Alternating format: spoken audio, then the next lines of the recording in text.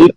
একদম ভোর থেকে শুরু করে সকাল 8টা থেকে 9টা পর্যন্ত থাকছে ভারী কুয়াশা। এছাড়াও বিকেল বেলা কিন্তু ভালো ধরনের একটা ঠান্ডা লাগছে। এরপরে সন্ধ্যার পরে এই কুয়াশাটা আরো বাড়ছে, সেটা কিন্তু সারা রাত ধরে থাকছে। যার ফলে সড়কে চলাচলকারী যানবাহন গুলো একটা বড় ধরনের বিপাকে পড়ছে। এছাড়াও জানিয়ে রাখি যে রাজারহাট আবহাওয়া অফিসের ভারপ্রাপ্ত কর্মকর্তা সুবল চন্দ্রের সাথে কথা বলে আমরা যতটুকু জানতে পেরেছি, গতকালের তুলনায় আজকের যে তাপমাত্রা সেটি কিন্তু আরো বেশ কমে এসেছে। গতকাল কিন্তু এখানে কুড়িগ্রামের সর্বনিম্ন তাপমাত্রা যেটি ছিল 13.5 সেলসিয়াস, আজকে কিন্তু সেটি 12.00 সেলসিয়াস নেমে এসেছে।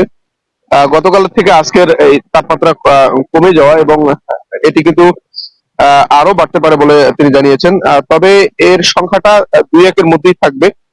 এখন পর্যন্ত আসলে ঘন কোনো শৈত্যপ্রবাহের সংখ্যা তিনি কিন্তু মনে করছেন না এবং তাদের কাছে তেমন কোনো পূর্বাভাস নেই। তবে তিনি যেমনটি বলেছেন যে আসলে ডিসেম্বর শুরু হওয়াতেই শীতের যে প্রধান আমেজ সেটি কিন্তু দেখা মিলছে। ইতিমধ্যেই ফসলি জমি থেকে কিন্তু ধানের যে ধান কাটাকাটির যে সময়টা ছিল সেটি কিন্তু শেষের পথে। অধিকাংশ ফসলি জমির মাঠগুলো এখন ফাঁকা হয়ে গেছে। তবে উত্তরাঞ্চলের আসলে ধান ঘরে তোলার যে নিয়ম, বিশেষ করে এখানকার মানুষজন ধান সিদ্ধ করেন এবং সেই সিদ্ধ ধানকে তারা শুকিয়ে তারপর কিন্তু ঘরে তোলেন। এখানে শীত বাড়লে আসলে রোদ কম যখন দেখা দেয়, সেক্ষেত্রে কিন্তু তাদেরকে একটা ভালো ধরনের বিপাকে পড়তে হয়। রোদ না থাকলে কিন্তু ধান শুকিয়ে আসলে ঘরে নেওয়াটা একটা বড় ধরনের ঝামেলায় পড়তে হয় তাদেরকে। এছাড়াও অনেক সময় আসলে সিদ্ধ করা ধানগুলোকে শুকোতে না পারলে সেগুলো নষ্ট হয়ে যাওয়ারও কিন্তু একটা সম্ভাবনা থাকে।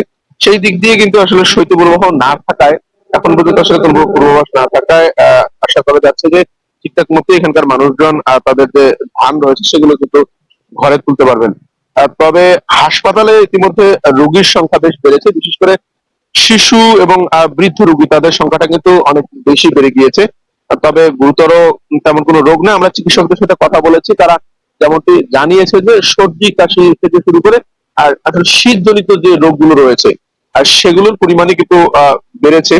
রাস্তাঘাটে চলাচলের সমস্যাটা আগের তুলনায় একটু বেড়েছে। এখনকার আসলে যে কুয়াশা সেটা কিন্তু নির্দিষ্ট স্থান থেকে 10-15 হাত সামনে এগুলি কিন্তু আসলে আর কিছু দেখা যাচ্ছে না। এক্ষেত্রে চালকরা তাদের গাড়ির লাইট অন করে কিন্তু চলাফেরা করছেন, তারপরেও কিন্তু আসলে কুয়াশা বেশি থাকার কারণে চলাচলে বেশ কষ্ট হচ্ছে।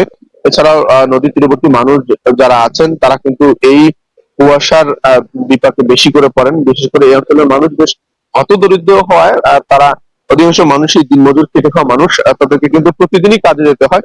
সেক্ষেত্রে আসলে এই কুয়াশাকে মারিয়ে, এই শীতকে মারিয়ে কাজে যাওয়াটাও একটা কঠিন ব্যাপার তাদের জন্য।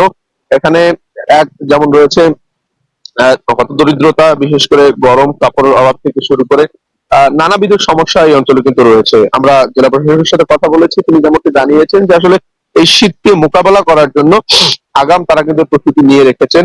বিশেষ করে স্থানীয় মানুষজনের জন্য শীতের যে কাপড় রয়েছে, গরম কাপড় কম্বল থেকে শুরু করে তারা বিভিন্ন সহায়তা করার জন্য ইতিমধ্যে প্রস্তুতি নিচ্ছেন। সব মিলিয়ে তাদের প্রস্তুতি রয়েছে। তারা যেমনটি বলছেন যে খুব অল্প সময়ের মধ্যেই তাদের এই শৈত্যপ্রবাহ অথবা শীত বা কুয়াশাকে মোকাবেলা করার জন্য তাদের যে কার্যক্রম তারা তেমনটি শুরু করবেন। স্থানীয় মানুষজন আশা করছেন যে আসলে শীত শৈত্যপ্রবাহে পৌঁছাবে না। তাদের যে এবারের শীতের অবস্থা সেটি ভালো ভালো কাটবে এমনটি তাদের প্রত্যাশা।